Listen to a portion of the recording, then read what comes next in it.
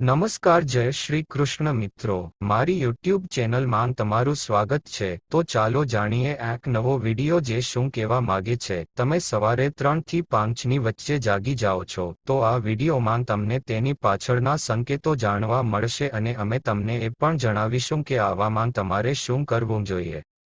શું 3 થી 5 વાગ્યા વચ્ચે નીંદર ઉડવી સારું માનવામાં આવે છે કે સારું માનવામાં નથી આવતું અને જો આ સમયમાં નીંદર ઉડી જાતી હોય તો તમે આ કામ ન કરો તો તમે ખુદને જ નુકસાન પહોંચાડી શકો છો। આ સાથે હું તમને એવા સંકેતો પણ જણાવીશ કે જેના દ્વારા તમે જાણી શકો કે ભગવાન તમારાથી ખૂબ જ ખુશ છે।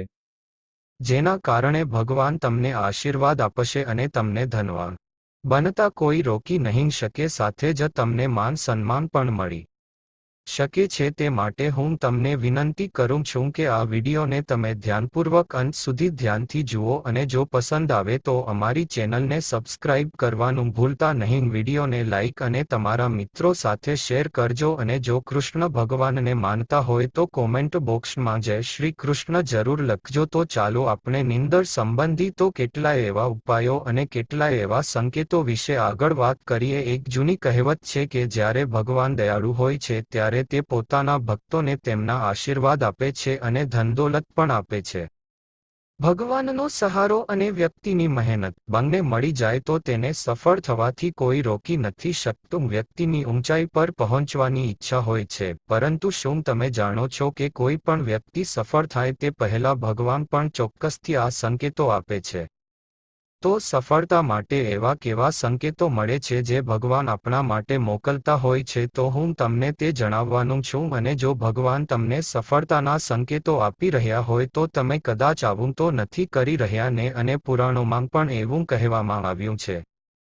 ચાલો આપણે જઈએ કે ગુરુજી આ વિશે શું કહે છે। જ્યારે પણ કોઈ વ્યક્તિને સારું પરિણામ નથી મળતું ત્યારે ભગવાન તેને ચોક્કસપણે આ સંકેત આપે છે। મિત્રો, આપણે નંબર 1ની વાત કરીએ તો જો કોઈ વ્યક્તિની ઊંઘ અચાનક બંધ થઈ જાય, વારંવાર જો તે રાત્રે 3 વાગ્યા પછી તેમની આંખ ખુલે છે તો આ સંકેત ખૂબ જ શુભ માનવામાં આવે છે કે રાત્રે 3 વાગ્યા પછી દેવી દેવતાઓની શક્તિઓ જાગી જાય છે। તમારું વારંવાર સવારે 3 વાગ્યા પછી જાગવું એ સફળતાની નિશાની છે। સવારે 3 વાગ્યા પછી દેવી દેવતાઓ પાસેથી મળેલું વરદાન ક્યારેય ખાલી થતું નથી। ભગવાન તમારી પ્રાર્થના ચોક્કસપણે સાંભળે છે। પણ મિત્રો, જ્યારે પણ તમારી આંખ 3 થી 5 વાગ્યાની વચ્ચે ખુલે છે તો તમારે આ એક કામ અવશ્ય કરવું જોઈએ જે ખુદ ભગવાન તમારી પાસેથી ઈચ્છે છે। જો તમે આ નહીં કરો તો તમને શુભ ફળ નહીં મળે। તો મિત્રો, તે શું કામ છે તે હું તમને આગળ જણાવવાનું છું। હવે નંબર 2 વિશે વાત કરીએ તો જો તમે તમારા સપનામાં ઊંચા પહાડો જોવો છો અને તમે ત્યાંથી વહેતો પાણીનો ધોધ જોશો અને તમે આ પીવો છો તો તમે ચોક્કસપણે સફળતા મેળવો છો અને આ સંકેતનો અર્થ એ છે કે ભગવાન સ્વયં તમને આશીર્વાદ આપી રહ્યા છે। હવે મિત્રો, આપણે નંબર 3 વિશે વાત કરી લઈએ તો શાસ્ત્રો અનુસાર જો તમારા સપનામાં દેવી દેવતાઓ દેખાય છે તો તેને ખૂબ જ શુભ માનવામાં આવે છે। એવું માનવામાં આવે છે કે સપનામાં દેવી દેવતાઓનું આવવું ખૂબ જ ફાયદાકારક હોય છે। સ્વપ્નમાં દેવી દેવતાઓનું આવવું એ ધર્મનિષ્ઠ વ્યક્તિ હોવાનો સંકેત આપે છે। અને ભાગ્યે જ તેવા લોકો હશે જેમને સપનામાં દેવી દેવતાઓ દેખાતા હોય અને તે ખૂબ જ શુભ માનવામાં પણ આવે છે। જે લોકો ભગવાનની પૂજા આરાધના રોજ કરતા હોય અને સુખમાં પણ ભગવાનને યાદ કરતા હોય તેવા લોકોને ચોક્કસપણે ભગવાન રાત્રે સપનામાં આશીર્વાદ આપે છે। આવા વ્યક્તિને થોડી જ વારમાં સફળતા મળી જાય છે। અને મિત્રો, એક વાતનું ખાસ ધ્યાન રાખજો કે આવા સપના આવે તો આ સપના તમારે કોઈ બીજા વ્યક્તિને ન કહેવા જોઈએ। જો તમારો કોઈ અંગત ખાસ વ્યક્તિ હોય તો તમે તેને માત્ર કહી શકો છો, પરંતુ તમારે એ પણ ધ્યાન રાખવાનું છે કે એ વ્યક્તિ કોઈ બીજાને ન કહી દે। તો ચાલો મિત્રો, આપણે નંબર 4 વિશે વાત કરી લઈએ તો જો તમને આવનારી ઘટનાઓની પહેલેથી જ સપના દ્વારા જાણકારી થઈ જતી હોય તો તમને આ પૂર્વ સૂચન મળે છે, તો તમારે સમજવું જોઈએ કે દૈવી શક્તિઓએ તમને આશીર્વાદ આપ્યા છે। તો મિત્રો હવે નંબર 5 વિશે વાત કરી લઈએ તો તમને સપનામાં કૌટુંબિક પ્રેમ, તમારી પત્ની મળતો પ્રેમ, પુત્ર, પુત્રી અને તમારા પરિવારના તમામ સભ્યો તમારા આદેશનું પાલન કરી રહ્યા છે, તેઓ બધા તમને પ્રેમ કરે છે અને તમે પણ તેમને પ્રેમ કરો છો, તો તમારે સમજવું જોઈએ કે દેવી શક્તિ તમારા પર પ્રસન્ન છે. હવે મિત્રો આપણે નંબર 6 વિશે વાત કરી લઈએ તો જો તમને સપનામાં અચાનક લાભ મળે છે, તમને સંપત્તિ મળે છે અથવા તો તમને પૈસા કમાવાના અલગ અલગ સ્ત્રોતો સપનામાં જોવા મળે છે તો આ એક જ શુભ સંકેત માનવામાં આવે છે. હવે નંબર 7ની વાત કરી લઈએ તો જો તમને સપનામાં કોઈ સુગંધિત વાતાવરણ લાગતું હોય, તમારી આજુબાજુનું વાતાવરણ તમને સુગંધિત દેખાતું હોય અને સ્વચ્છ અને સુંદર દેખાતું હોય તો સમજો કે ભગવાનની શક્તિઓ તમારી આસપાસ છે અને તમને મદદ કરવા માંગે છે. હવે આપણે નંબર 8 વિશે વાત કરી લઈએ તો સુખદ પવન તમારી આજુબાજુમાં ફૂંકાતો હોય અને તમને સપનામાં એવું લાગે કે આજુબાજુમાં પવન સુકાઈ રહ્યો છે અથવા જો તમને શરીરમાં અચાનક કોઈ ધસારો અનુભવાયો હોય જે પહેલા ક્યારેય ન થયો હોય તો સમજવું કે ભગવાન કે દેવી તમારાથી પ્રસન્ન છે. નંબર 9 વિશે વાત કરી લઈએ તો ઠંડી હવાનું વર્તુળ બની રહ્યું હોય તેવું સપનામાં દેખાતું હોય, જમીન પર રહેતા સમયે પણ ક્યારેક તમને અનુભવ થાય છે કે મારી આસપાસ વાદળછાયું કે ઠંડી હવાનો સમૂહ છે જેણે મને ઘેરી લીધો છે, તો તમે સમજો છો કે ભગવાનની કઈ દૈવી શક્તિઓએ તમને ઘેરી લીધા છે. આવી તક એવા લોકો સાથે થાય છે જેઓ ખૂબ પૂજા કરે છે. હવે આપણે એ નંબર 10 વિશે વાત કરી લઈએ તો પ્રકાશનો પંચ, અચાનક તમને તેજસ્વી પ્રકાશનો એક મુક્કો દેખાય છે જેની તમે કલ્પના પણ કરી નથી શકતા. અચાનક તમારા કાનમાં મધુર સંગીત સંભળાય છે અને તમને આશ્ચર્ય થાય છે કે અહીં આજુબાજુ કોઈ સંગીત નથી, તેમ છતાં તે તમારા કાનમાં ગુંજી રહ્યું છે. જો તે સીટી વગાડવાની જેમ સંભળાય છે તો પછી તમારે સમજવું જોઈએ કે દેવી શક્તિઓ તમારી નજીકમાં છે અને તમારી સાથે વાત કરવાનો પ્રયાસ કરી રહી છે.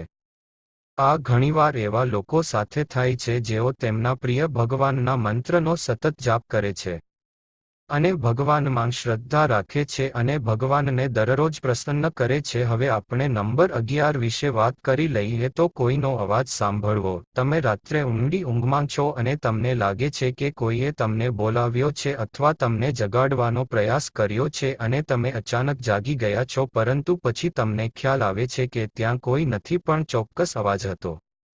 જો તમારી સાથે આવું ઘણી વખત બન્યું હોય તો તમારે સમજવું જોઈએ કે તમે કોઈ અલૌકિક શક્તિ દ્વારા આશીર્વાદ મેળવી રહ્યા છો.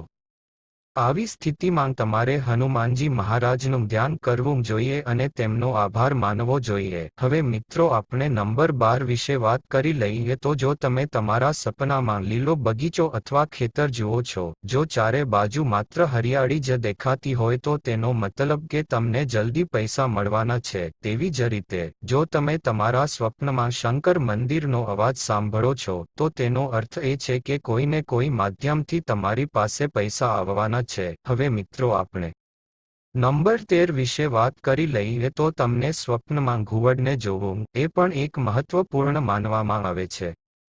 તેને કારણે આપણે ધન સંબંધિત ઘણા લાભો પણ મળવાની તકો સર્જાય છે અને ધનના યોગો સર્જાય છે અને તમને ધન પ્રાપ્ત થાય છે. મિત્રો હવે નંબર 14 વિશે વાત કરી લઈએ તો સ્વપ્નમાં તમે ઘોડા ઉપર બેસેલા જુઓ. જો તમે તમારા સ્વપ્નમાં કાળા વાદળોને જોવો છો અને વરસાદ પણ જુઓ તો તેનો અર્થ એ છે કે તમે કોઈ પણ વસ્તુમાં રોકાણ કરશો, તમને ત્યાં નફો મળશે. મિત્રો સપનામાં સોપારીને જોવી એ સુખ સમૃદ્ધિની નિશાની છે. મિત્રો નંબર 15 વિશે જો આપણે વાત કરીએ તો જો તમે સ્વપ્નમાં કોઈ નાનું બાળક ફરતું જુઓ છો તો તેનો અર્થ એ છે કે તમને જલ્દી જ ક્યાંકથી પૈસા મળવાના છે. સ્વપ્નમાં સફેદ કમળ, લાલ કમળ, ચમેલી, ચાંદની અને ગુલમહોરના ફૂલો જોવું એ ચોક્કસપણે ભવિષ્યમાં અપાર સંપત્તિના આગમનનો સંકેત છે અને ભવિષ્યમાં તમને સુખ અને શાંતિ મળવાના તે સારો સંકેત માનવામાં પણ આવે છે. હવે નંબર 16 વિશે વાત કરી લઈએ તો માનવામાં આવે છે કે રાત્રે એક ક્ષણ માટે અચાનક વાંસળીની ઘંટડીનો અવાજ આવે છે તો તે એક શુભ સંકેત પણ છે. એવું માનવામાં આવે છે કે આવો અવાજ સાંભળવો એટલે તમારા ઘરમાં ભગવાનનું આગમન થાય છે. આવી સ્થિતિમાં હરિ નામનો પાઠ કરતા સૂઈ જાઓ. ધ્યાન રાખો કે કોઈ પણ દિવસે તમને આવો અવાજ સંભળાય કે આવો કોઈ અવાજ આવે તો તમારે કોઈ બહારના વ્યક્તિને આના વિશે કંઈ પણ માહિતી નથી આપવાની અથવા તો તમારે કોઈ બહારના વ્યક્તિને આના વિશે કંઈ નથી કહેવાનું. તમારે તેને તમારા કુટુંબમાં કોઈ પણ વડીલને કહી શકો છો. તે પણ શુભ માનવામાં આવે છે અને વાંસળીની ધૂન એક પ્રકારે શ્રીકૃષ્ણના આશીર્વાદ પણ મળવાનો સંકેત છે. તો મિત્રો, હવે તમને તે પણ જણાવી દઈએ કે તમારે કયા સમયે સૂવું જોઈએ અને કયા સમયે ઉઠવું જોઈએ અથવા તો કયા સમયે જાગવું જોઈએ અને કયો સમય શ્રેષ્ઠ માનવામાં પણ આવે છે. તો આપણે વાત કરીએ તો સૂવાનો સમય તમારે 9 વાગ્યા આજુબાજુનો રાખવો જોઈએ અથવા તો 9 વાગ્યે કોઈ કામસર ન સૂઈ શકો તો તમારે છેલ્લે 11 વાગ્યા સુધીમાં તો સૂઈ જવું જોઈએ, કારણ કે તે શુભ સમય માનવામાં આવે છે અને ઉઠવા માટેનો એ સમય છે કે જ્યારે બ્રહ્મમુહૂર્ત સમય ચાલી રહ્યો હોય, એટલે કે સવારના 3 થી 5 વાગ્યા વચ્ચેનો સમય કહી શકાય. અથવા તો તે સમયે સક્ષમ ન હોય તો તમે સૂર્યોદય પહેલા ઉઠી શકો છો. તે સૂવા માટે અને ઉઠવા માટેનો યોગ્ય સમય માનવામાં આવે છે અને તેનો ઉલ્લેખ આપણા શાસ્ત્રોમાં પણ કરેલો છે. તો મિત્રો, ચાલો હવે આપણે એ પણ જાણી લઈએ કે સવારે 3 થી 5 વાગ્યા વચ્ચે તમારી નીંદર ઉડી જતી હોય અથવા તો તમારી આંખ 3 થી 5 વાગ્યા વચ્ચે ખુલતી હોય તો તમારે સૌ પ્રથમ કયું કાર્ય કરવું જોઈએ અને આ કાર્યને ધ્યાનપૂર્વક સાંભળજો અને આ કાર્યને ભૂલશો નહીં. જો આ કામ નહીં કરો તો આ શુભ સમય તમારા માટે નકામો બની જશે અને 3 થી 5 વાગ્યા વચ્ચે માંગ તમારી નીંદર ઉડી જાતી હોય તો કોઈ દિવસ ફરીથી સૂવાની ભૂલ ન કરતા આ પાપ પણ માનવામાં આવે છે. તો તમારે જાગીને સ્નાન કરવું જોઈએ, તમારા રોજિંદા કાર્યોમાંથી નિવૃત્ત થવું જોઈએ અને ભગવાનનું ધ્યાન કરવું જોઈએ અને પૂજા કરવી જોઈએ, કારણ કે આવી સ્થિતિમાં ભગવાન તમને જગાડે છે. જો ભગવાન સાથે વાત કરવી હોય તો મિત્રો, તમે તમારી ઈચ્છા ભગવાનને વ્યક્ત કરો. તમારી ઈચ્છા ચોક્કસ પૂરી થશે. પરંતુ જો તમે પૈસાના કારણે અથવા તો રાત્રે મોડે સુધી જાગવાને કારણે તમે વહેલી સવારે 3 થી 5 વાગ્યે વચ્ચેના સમયમાં જાગી ન શકતા હોય તો ઓછામાં ઓછું ભગવાનનું નામ જાપ કરો અને નામનો જાપ કરીને સૂઈ જાઓ. તો મિત્રો, આ સાથે આપણો આજનો વિડિયો અહીંયા પૂર્ણ થાય છે અને જો તમને આ વિડિયો સારો લાગે તો વિડિયોને લાઇક કરજો અને વિડિયોને શેર કરજો અને અમારી ચેનલમાં નવા હોવ તો ચેનલને સબસ્ક્રાઇબ કરો, જેથી કરીને અમારા વિડિયોની અપડેટ તમને મળતી રહે. ત્યાં સુધી બધા મિત્રોને મારા જય શ્રી કૃષ્ણ.